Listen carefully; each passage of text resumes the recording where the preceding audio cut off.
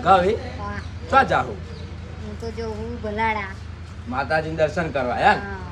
બરાબર બરાબર તા મને આ બોરસદથી આવતો તો તારી માં ખોડેલ બેકરી પફ વાળા ખરા ને કરણભાઈ એ પફ જોરદાર બનાવે તે મેં જોવા મળ્યું હતું તા મને કે આ બધા એવું કહેતા હતા કે માં ખોડેલ બેકરી વાળા પફ જોરદાર બનાવે છે તમે આ ટેસ્ટ મારવા માટે ઊભો રહેવા દે કેવો લાગે?